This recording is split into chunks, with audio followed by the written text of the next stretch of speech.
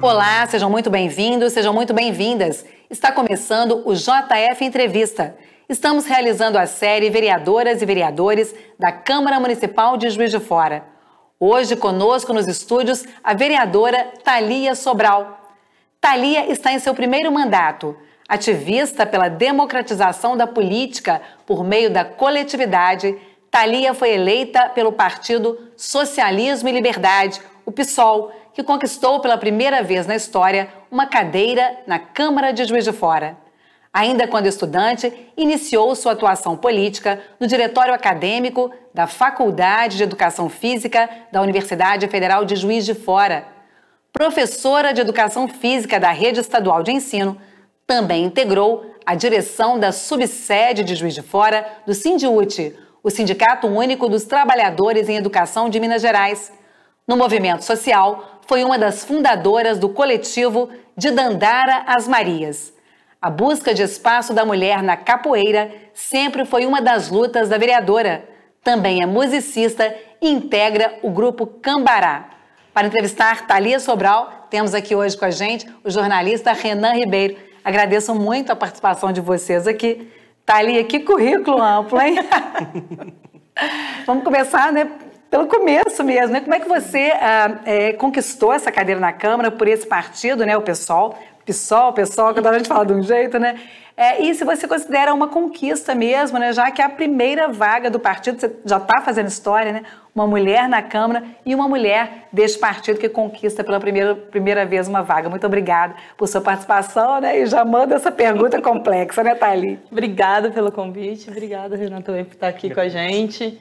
É uma grande conquista, né? A gente ter a primeira vaga, a primeira vez conseguir ocupar, o partido conseguir ocupar essa vaga como uma mulher LGBT, que tem a ver com os centros políticos do partido, né?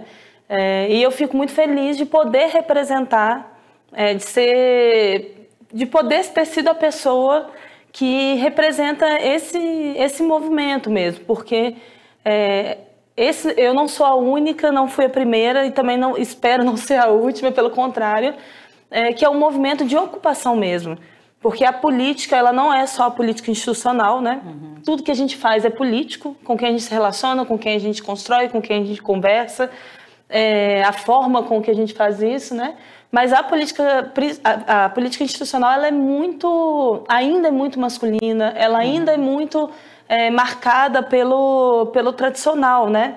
E o partido, ele vem há anos buscando esse espaço. E a gente viu figuras importantíssimas que foram abrir nesse processo, né? Então, Áurea Carolina, Cida Falabella em BH, Talíria Petroni, a própria Marielle Franco, Sâmia Bonfim. Então, nós temos mulheres que entraram a partir dos movimentos sociais, entenderam que era importante também ocupar a política institucional.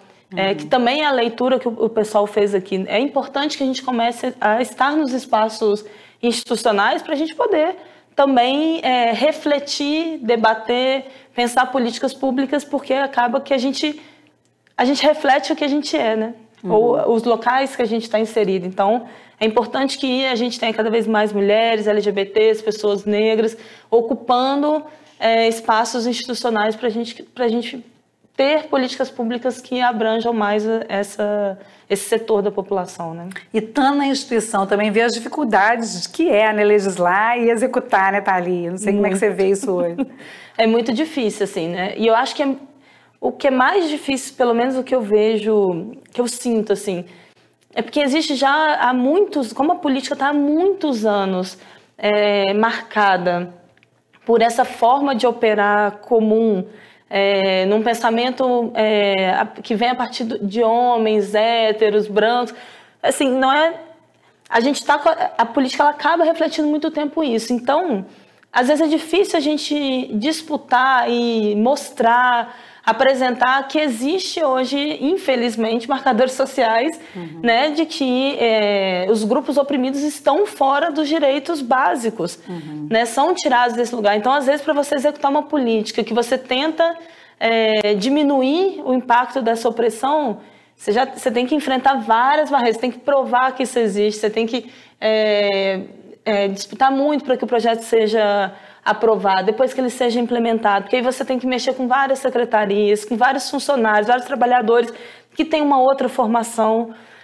Então, assim, eu acho que essa é a maior dificuldade. Às vezes a gente até encontra pessoas dispostas, né? Mas o caminho é feito há tanto tempo de outra forma que encontra dificuldade para operar de outra forma, né? Então, é muito difícil, assim, mas... Eu vou aproveitar, né? E te perguntar, você acabou de falar sobre o partido e citou diversos nomes que estão aí muito presentes na mídia, né? A Sâmia está sempre presente, a Thalíria é sempre muito presente. Como é que é representar esse projeto do PSOL aqui em Juiz de Fora? Como é que é ser a cara do PSOL nesse momento e representar e apresentar esse projeto para a cidade? Responsabilidade. Uma grande responsabilidade, porque é isso. São pautas que são muito caras, né? A gente não... O pessoal, ele não aposta nessas pautas, né? A gente ter o debate da democracia, o debate de acesso ao direito, o debate de acesso à cidade, contra o extermínio da juventude negra, né? Contra a LGBTfobia que tanto mata, o machismo que tanto mata. Não é uma pauta simplesmente, vou falar assim, efêmera, né? Ela é muito intrínseca a nós, assim. E uma responsabilidade muito grande mesmo, porque é o que a gente luta. A política institucional, ela é depois, né? Nenhuma de nós começou a gente não é filho de político, a gente não é filho de vereador, de prefeito, não é isso, assim. A gente vem dos movimentos sociais que essas pautas, elas faziam parte do que a gente construía e a gente passa a representar isso também nesse espaço. Então, assim, é uma grande responsabilidade porque para a gente é muito sério. É muito sério a gente ver os índices de LGBTfobia no país. Uhum. Né? É muito sério o Brasil ser o país que mais mata LGBTs. O índice de extermínio da juventude negra, a quantidade de feminicídio. Então, assim, é uma grande responsabilidade. Assim, eu entendo, muito importante. Porque também mostra que é possível, né? E como é que você chegou ao seu nome, Thalia? Como é que o partido chegou ao seu nome? O PSOL trabalha muito, PSOL. Como é que fala? PSOL? Fica à vontade. Como é que o partido chegou no seu nome? O partido trabalha muito com a coletividade, inclusive pelo país há mandatos coletivos, né? Uma pessoa, o nome dela vai para a urna, mas na verdade ela está ali representando uma coletividade, às vezes 3, 4, 5 pessoas. Como é que você chegou ao seu nome aí, Thalia? Então, eu primeiro fui do PSTU. Então, eu fui candidata em 2012. E aí, um setor do PSTU foi para o PSOL. E eu fui candidata em 2018, depois 2020. E o debate que a gente foi fazendo era, não é buscar, né? Mas assim, trazer pessoas que representam essas pautas centrais do partido. Então, o pessoal, ele vai filiando pessoas que entendem, estão no mesmo lugar de compreensão da sociedade. Uhum. Né? A gente tem um programa político, a gente tem uma base política estabelecida, né? Então, e os nomes das candidaturas, elas vêm nesse lugar. E a gente conseguiu construir, no ano de 2020, uma chapa com várias pessoas. Então, assim, inclusive, né, a minha eleição, ela não é só minha. Né? Eu fui a pessoa que mais tive votos e tudo, mas eu só fui eleita porque o partido e as outras pessoas também conquistaram esses votos, né, para que o partido pudesse ter essa representação. Né? Inclusive, havia candidaturas coletivas ainda na eleição, sim, exatamente. Sim. Então, a gente teve algumas candidaturas coletivas, a gente teve candidatura coletiva de mulheres negras, a gente teve candidatura coletiva no bairro Dom Bosco, no bairro Periférico. Então, assim, nós construímos esse lugar de tentar coletivizar os debates e essa representação. E dentro disso, eram as pautas que eu também, né, trabalhava. E a construção do nome foi sendo construída também coletivamente. Em 2018, a gente foi conversando com o pessoal da capoeira, com o pessoal dos movimentos que eu fiz, fazia parte. As pessoas reivindicaram o meu nome, então acho que é importante você ir e tal. Em 2020, as pessoas falaram, tivemos bons votos em 2018, acho que é importante que você vá. E a gente saiu com uma surpresa, assim, no final, porque a gente tentou muito, a gente buscou muito, fez muita campanha. Mas aí, quando saiu o resultado, o sistema estava até com problema, né, e não atualizava de jeito nenhum. A gente, na apuração, a gente falou, meu Deus, foi ou não foi, né? Não foi, o que aconteceu? E o sistema travado saiu primeiro na TV. Aí eu comecei a receber muita ligação, assim, meu congestionou e as pessoas... Acabou de sair no jornal que você foi eleita. Eu falei, não tô acreditando. Aí eu fiquei meio em choque, tipo assim, e agora? Agora, e agora? E para a instituição, né, e para o legislativo, a importância que isso tem, né? Foi muito legal, assim, esse momento, mas... Então, assim, é uma construção coletiva mesmo. Inclusive, a gente tem pessoas que foi da outra candidatura que estão no gabinete hoje, ajudam a construir, outras pessoas que estão construindo com a gente outras pautas. Então, a gente continua nesse movimento de tentar ao máximo coletivizar a construção política, né? Renan? Então, você está entre as legisladoras mais novas da Câmara. Eu queria saber como é que é esse embate de gerações que acontece lá dentro, né? Porque a gente tem uma série de pessoas que já tem algumas legislaturas lá dentro. Você que está chegando com essa energia de novidade, como é que é esse embate e também essa conversa, esse diálogo entre gerações? Olha, eu venho da capoeira, né? Assim, eu falo que a primeira organização política, por mais que eu não tivesse consciência, é a capoeira. Porque a capoeira é muito política. E assim, eu aprendi muito com a capoeira que o mais velho e o mais novo, eles podem estar juntos, construindo juntos, que o mais velho tem o seu lugar na experiência, na vivência, que ele pode compartilhar e tudo, e o mais novo também de trazer a emoção e as coisas do novo momento mesmo, assim, as novas pautas, né? E eu acho que a Câmara ela vai representar isso também. E óbvio que a gente vai ter embates, porque hoje as pautas, né, e essas pautas, inclusive, que o próprio partido carrega, não são as mesmas pautas dos vereadores mais antigos. Então, hoje nós vamos ter, em alguns momentos, embates, inclusive nesses pontos mesmo. Assim, nunca senti nada do tipo, é uma menina e não vou dar moral para ela. Nunca vivenciei isso, assim. Se for, tá escondido. Mas nunca senti mesmo, assim, esse lugar de, por ser uma pessoa mais nova, que não tem autoridade, sabe? Assim, não vivenciei isso. E não digo que não tem. Não, comigo não teve, mas é muito comum, eu tenho companheiras de outras câmaras e tal, que relatam muito isso, assim, de ser chamada a menina, sabe? Até não ser nem reconhecida, às vezes, pelos próprios funcionários, porque, assim, é uma lógica que são pessoas que trabalham há muito tempo no lugar e não conseguem nem reconhecer. Tipo assim, ela entra há 1 ano, você é vereadora, sabe? Então, assim, não consegue reconhecer. Uhum. Eu acho que o conflito de geração é comum. É comum. Vai acontecer sempre, né? Inclusive, assim, eu sou a mais nova, mas não sou a mais nova. Uhum. Então vão vir mais novos aí que daqui a pouco vai estar conflitando comigo. E a gente vai ver o que a gente faz. Thalie, uma coisa curiosa, né, da sua... Tá lá no seu currículo, né, no próprio site da Câmara, que você, no seu mandato, trabalha 5 eixos. E chama muita atenção que o primeiro eixo são as opressões, né? Você trabalha as opressões, a educação, a cultura, a juventude e uma outra política ou uma outra sociedade. O que é principalmente dentro desse eixo, né? A gente compreende a educação, a cultura, né, a juventude, mas esses 2 eixos, como é que eu queria que você explicasse o que é trabalhar tendo como pauta principal as opressões e também uma outra política e uma outra sociedade? Olha, eu na caminhada da militância, nos movimentos sociais, assim, na verdade até foi um movimento nesse lugar mesmo de me entender, sabe?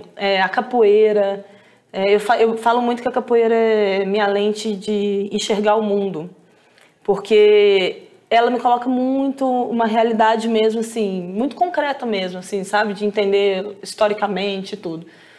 E aí a gente começa a tomar consciência de que os setores que menos têm direitos políticos são os setores que são maioria da população, que são os setores oprimidos. Se a gente pega mulheres, pessoas negras, LGBTs, PCD, elas são a maioria em número. Mas por que elas são minoria em direitos? Por que as mulheres recebem menos que os homens no mesmo posto de trabalho? Né? Por que se a gente transversaliza ainda mulheres negras em relação a homens brancos? Então, quando a gente pega esse debate das opressões, é para dizer isso, assim, não faz sentido. Não faz sentido que uma diferença, porque é isso, nós somos diferentes. E eu nunca vou defender que a gente seja igual. Que nós todos sejamos diferentes e possamos ser diferentes e respeitar as nossas diferenças. Mas não faz sentido que uma diferença seja transformada em desigualdade. A partir de uma diferença entre nós, social, porque não é só uma diferença particular, né, individual. Então, o debate das opressões vem muito nisso. Assim, não dá para uma mulher ser assassinada pelo simples fato de ser mulher. Não dá para uma LGBT ser assassinada pelo simples fato de ser LGBT. Não dá para o assassinato de uma pessoa trans ter tanto requinte de crueldade como tem normalmente, porque são muito agressivos pelo simples fato de ser uma pessoa trans.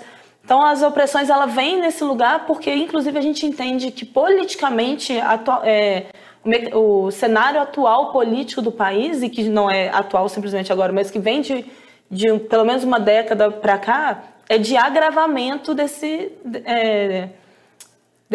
mecanismo cenário das opressões. Então, a gente entende que era importante colocar como prioritário. E a gente segue fazendo isso. A gente continua entendendo. Nós temos algumas conquistas, algumas coisas, mas a gente também tem muitos problemas. Agora, por exemplo, a questão do casamento, né, entre LGBTs, que tá para cair. Pode cair numa votação, né? A gente está brigando, não sei o quê. Olha só, um direito adquirido que volta a ser básico. perdido. As pessoas já se relacionam, já vivem juntas. Elas só não vão poder casar no papel. Isso.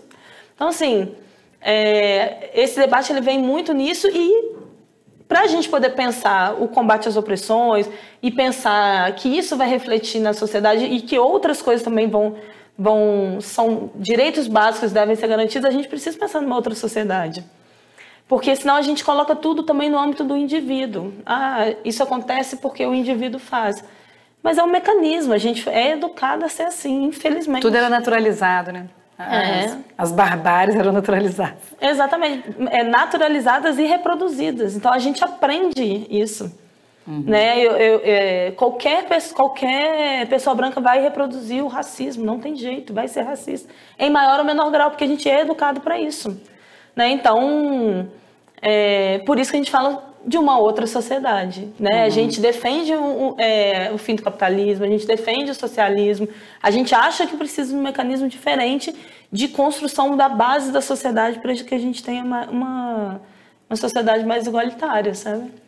Nós vamos para um breve intervalo, Renan e Thalia, e a gente já volta conversando mais sobre o mandato da vereadora Thalia Sobral, que está aqui hoje com a gente, dando sequência à série Vereadoras e Vereadores da Câmara Municipal de Juiz de Fora. É um minutinho só, a gente já volta.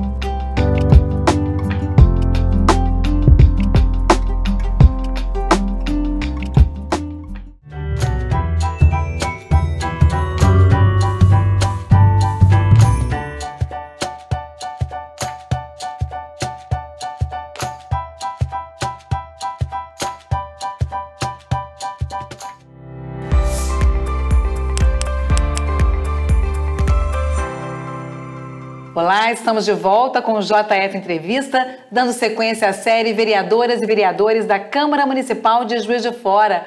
Hoje aqui com a gente nos estúdios a vereadora Thalia Sobral. Renan Ribeiro é o jornalista que me ajuda, me acompanha aqui, né, Renan? Uma honra nessa entrevista. Renan que começa fazendo a primeira pergunta. Renan. Perfeito. Thalia, você disse que a sua lente de ver o mundo é a capoeira. Eu queria que você detalhasse melhor como é que essa articulação cultural e também a sua atividade como professora na rede estadual embasaram a sua forma de fazer política e como elas estão presentes no seu mandato? A capoeira, para mim, ela é essencial mesmo. Eu faço capoeira desde os 10 anos, estou completando agora 27 anos de capoeira.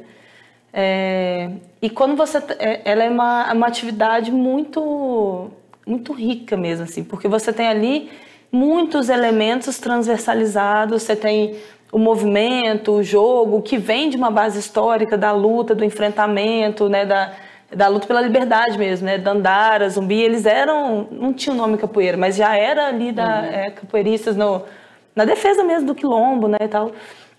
E aí a gente pega o processo histórico dela, a musicalidade, a oralidade, então muita coisa a gente aprende nesse processo. Ela é racializada, né? Ela vem da luta de uma opressão que a escravidão impôs. Então, assim, poder viver a capoeira e entender esse lugar é muito, tipo assim, e aí, o que eu quero?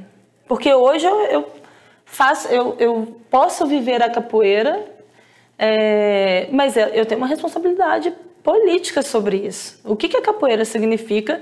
Né? Ela não pode ser só uma atividade de eu ir lá e bater umas pernas e, né, jogar. Então, assim, eu sempre busquei com a capoeira.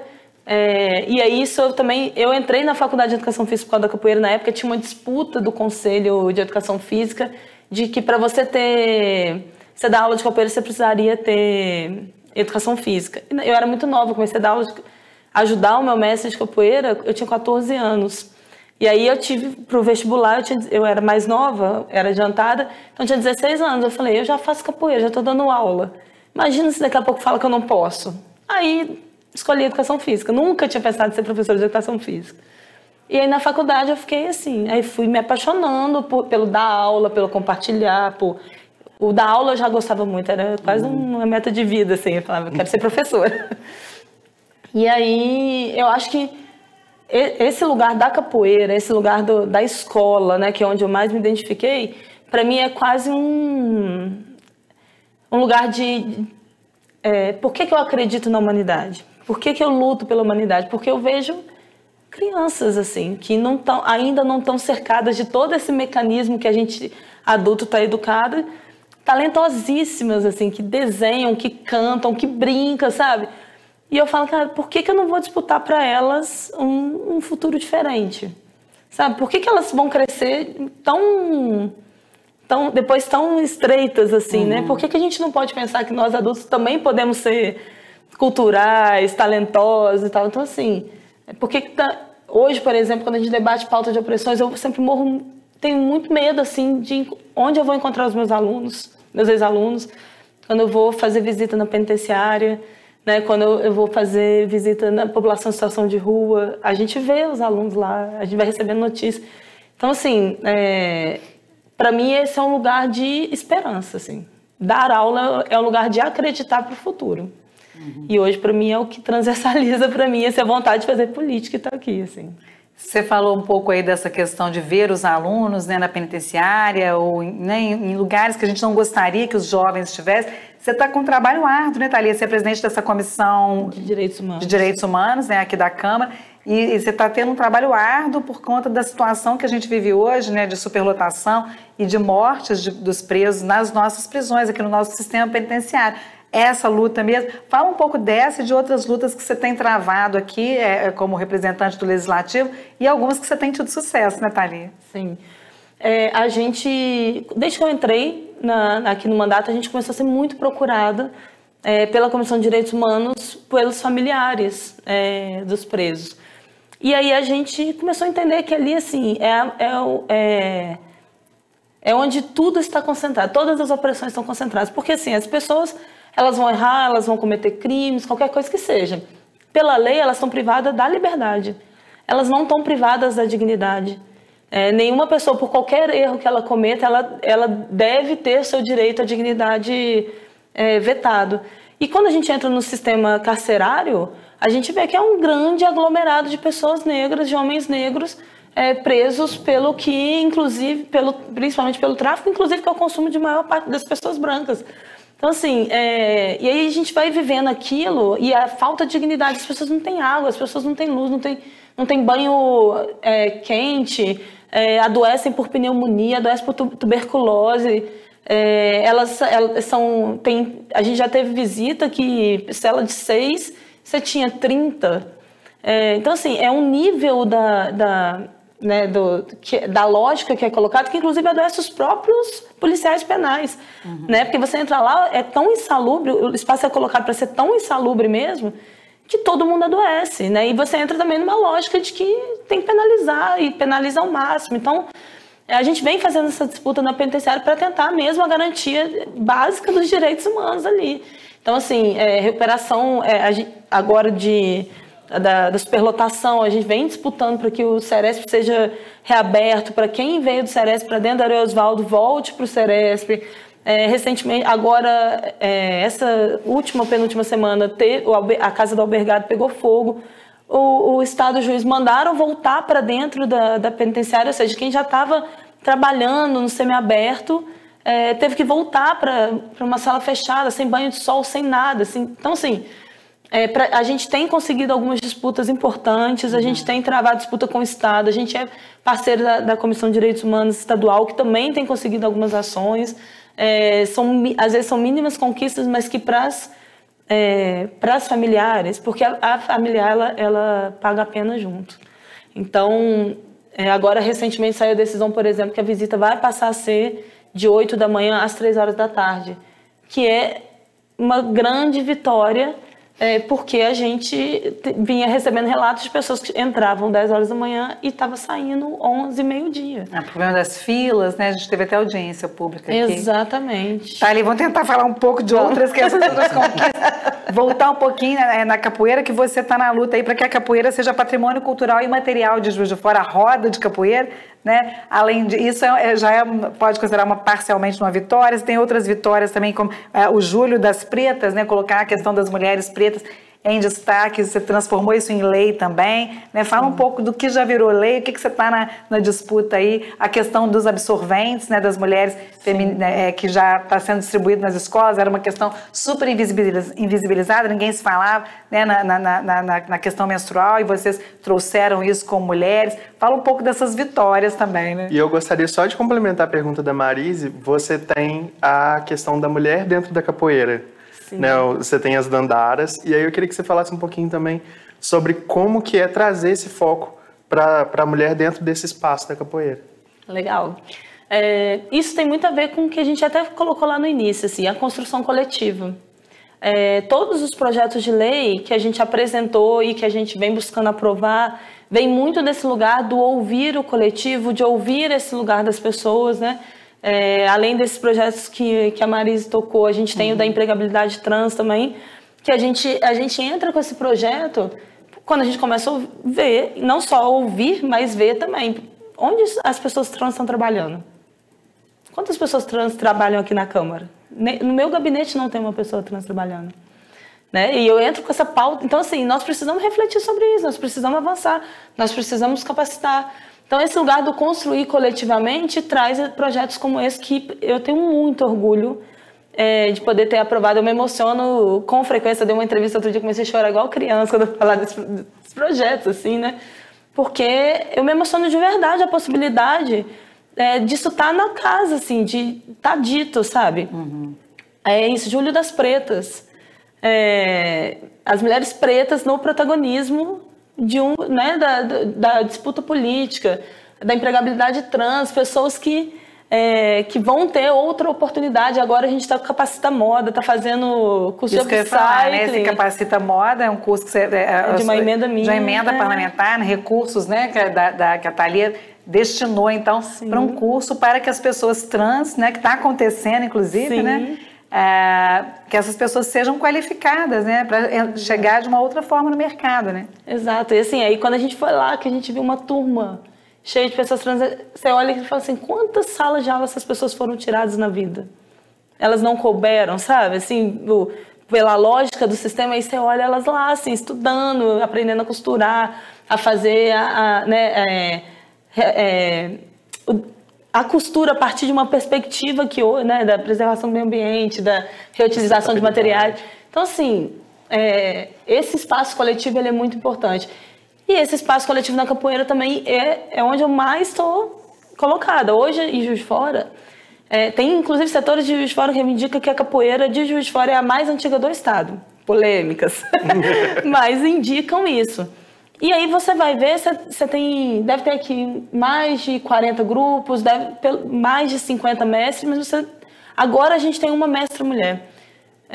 Se a capoeira é mais antiga aqui, e você, em Belo Horizonte, por exemplo, se a gente acompanha essa lógica, não é tão antigo, mas você tem mestras mulheres, por que Juiz de Fora não tem?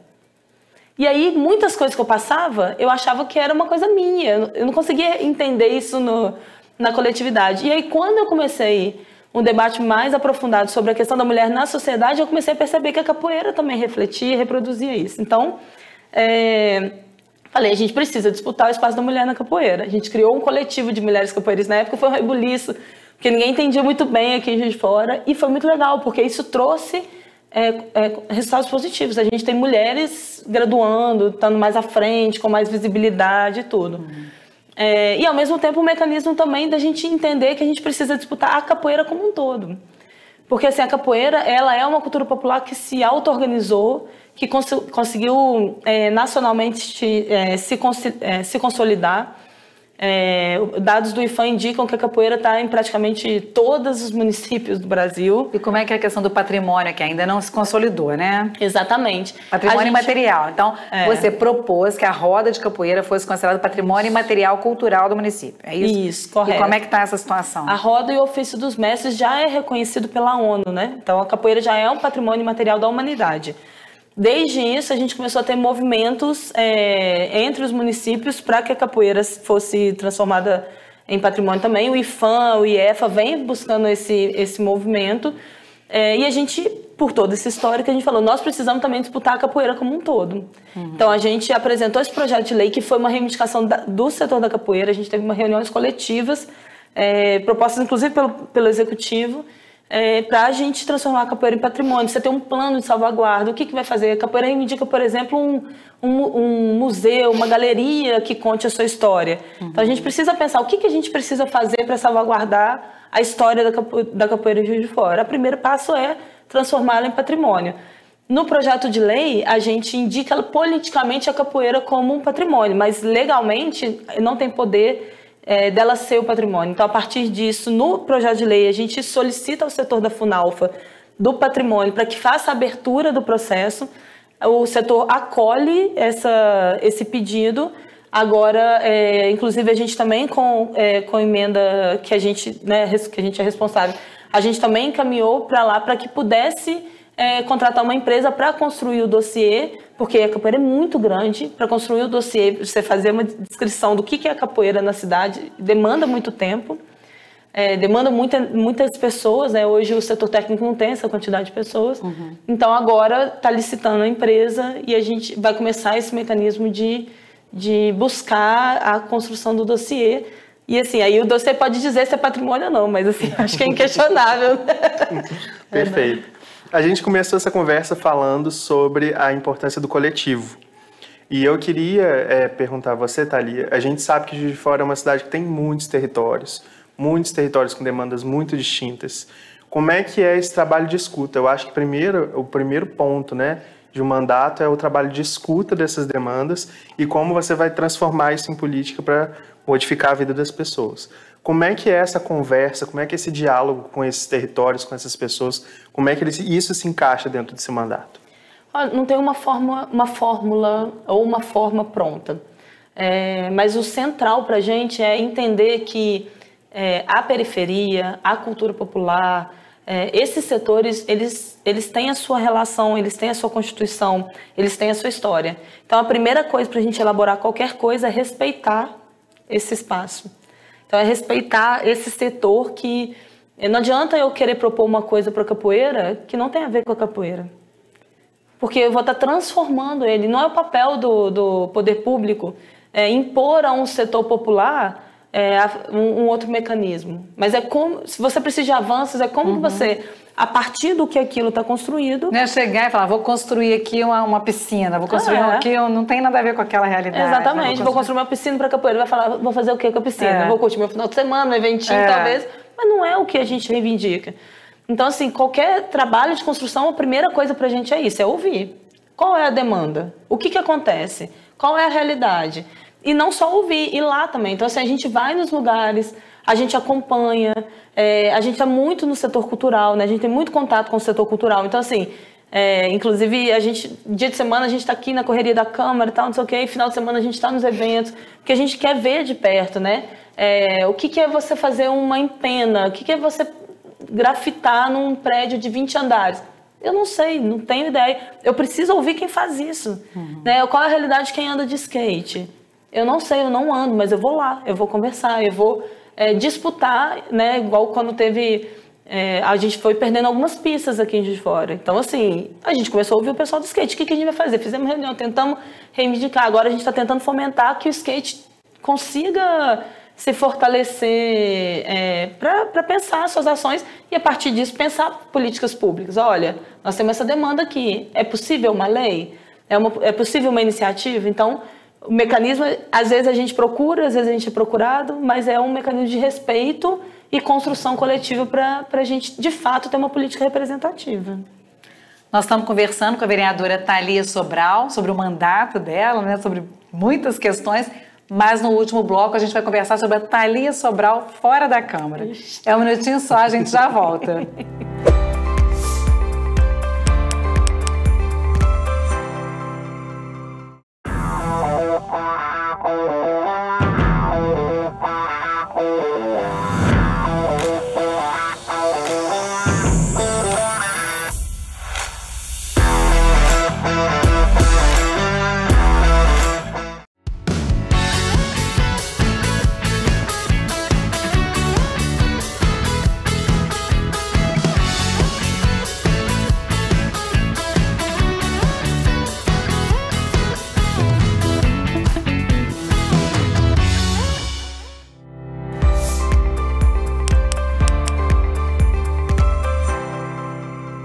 Olá, estamos de volta com o JF Entrevista. Hoje com a gente nos estúdios, Thalia Sobral, vereadora do PSOL, e o jornalista Renan Ribeiro.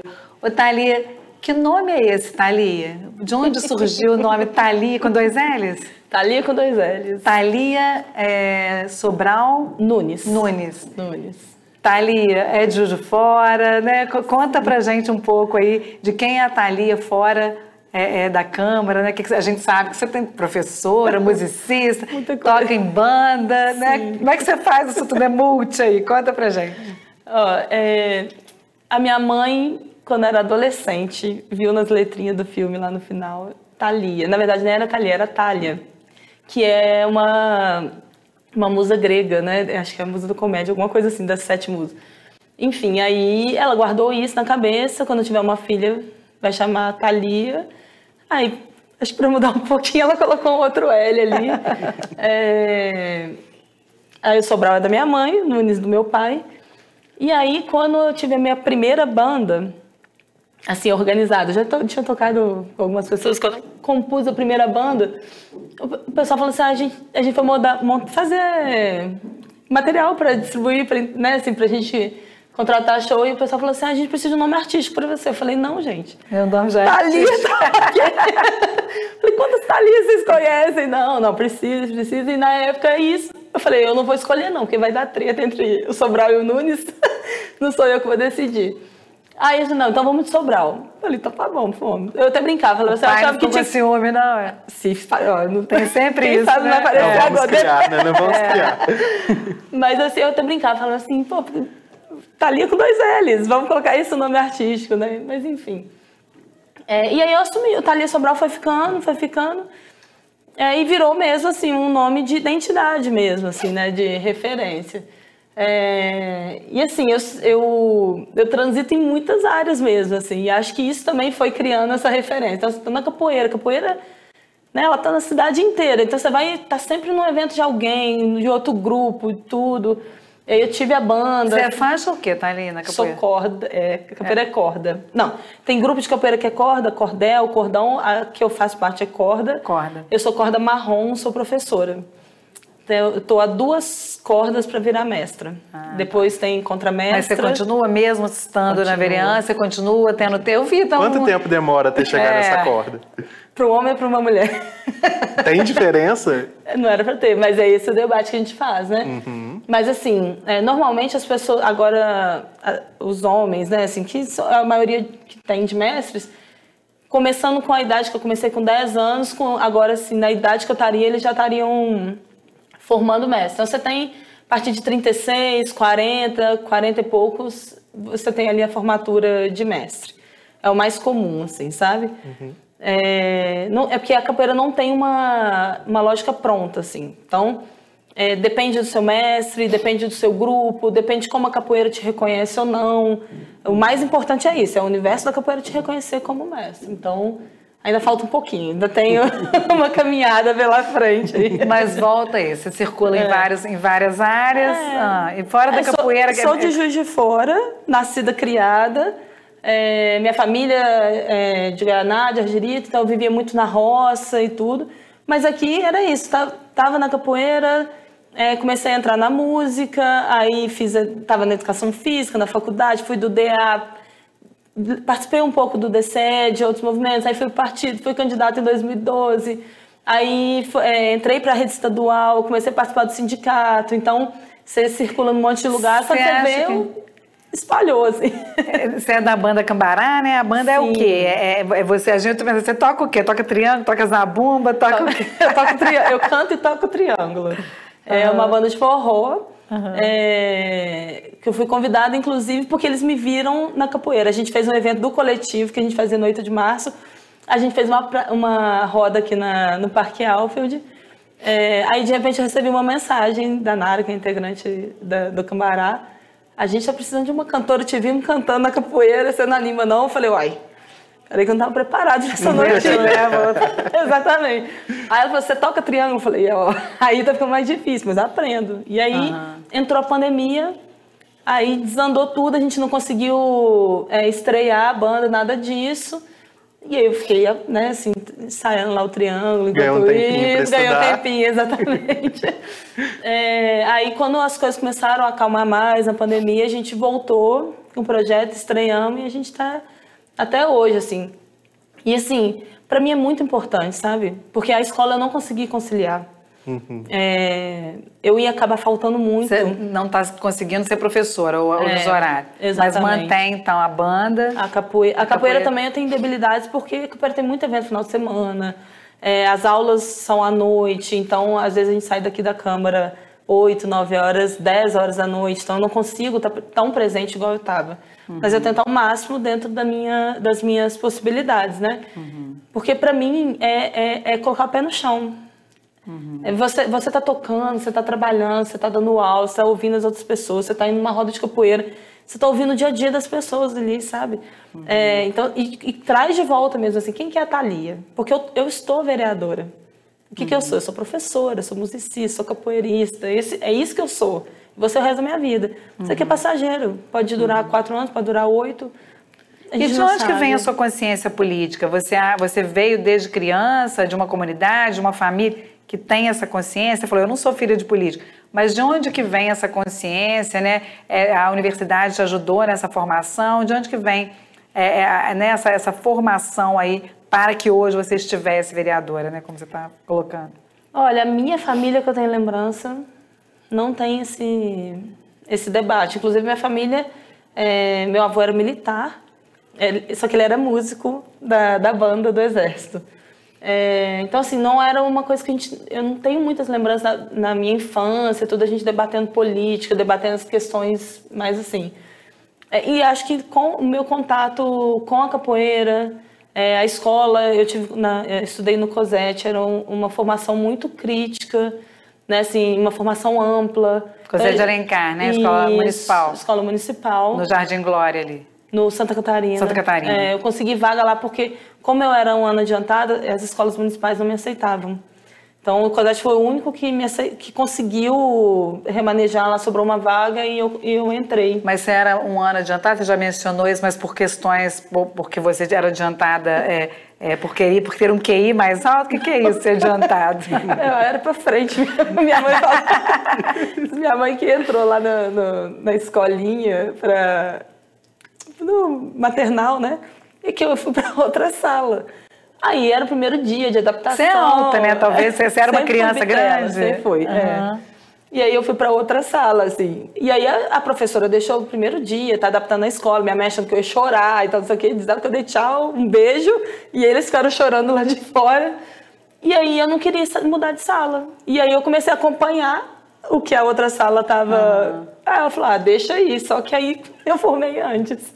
Mas foi só porque eu era exibida mesmo. Deixa eu deixar o Renan perguntar, que a gente vai emendando a pergunta na outra, né, Renan? Eu tava curioso, eu vou voltar na música. Você falou que esse contato da capoeira te levou para a banda de forró, mas você falou que teve uma primeira banda. Sim. Como é que começou essa história com a música, assim, esse contato com a música seu?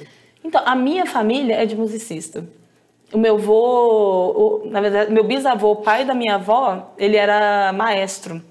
A irmã da minha avó tocava piano na época que o cinema era mudo. Aí ele que passava na praça, cinema aberto, e ela tocava o piano para todo mundo. Então, assim, eu sempre tive as festas lá de casa. O piano era o principal, que foi herdado, inclusive. O piano da minha tia foi meu pai que comprou quando eu nasci, vendeu para ela para pagar as contas, mas o piano depois acabou ficando com a gente mesmo, assim. Então, assim, as festas de aniversário era em base a piano. Então, a música sempre foi muito presente. Lá em casa, a gente sempre ouviu muita música. Eu tenho umas músicas decoradas no piano.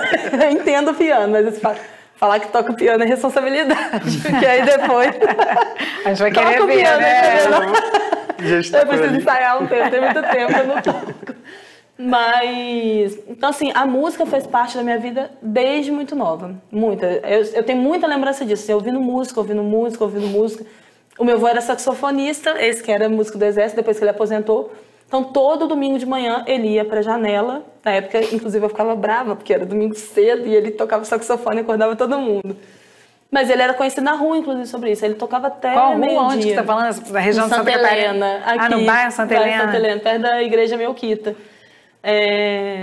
E aí ele ia pra janela, ficava tocando, as pessoas passavam, paravam, conversavam com ele e tal. Qual que é o nome do seu avô? Alfredo. E aí... Então eu sempre tive muita ligação com a música, eu sempre gostei muito da música.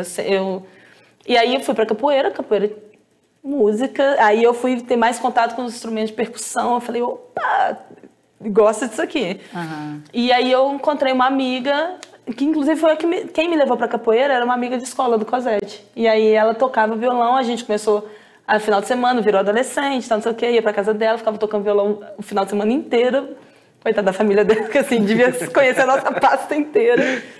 E aí quando eu fui para a faculdade, rodinha de violão e tal, não sei o quê, e aí onde eu tive algumas duplas lá e tal, para alguns eventos, e uma das meninas que era próxima, ela tocava também, aí um dia as nossas amigas falaram, e aí?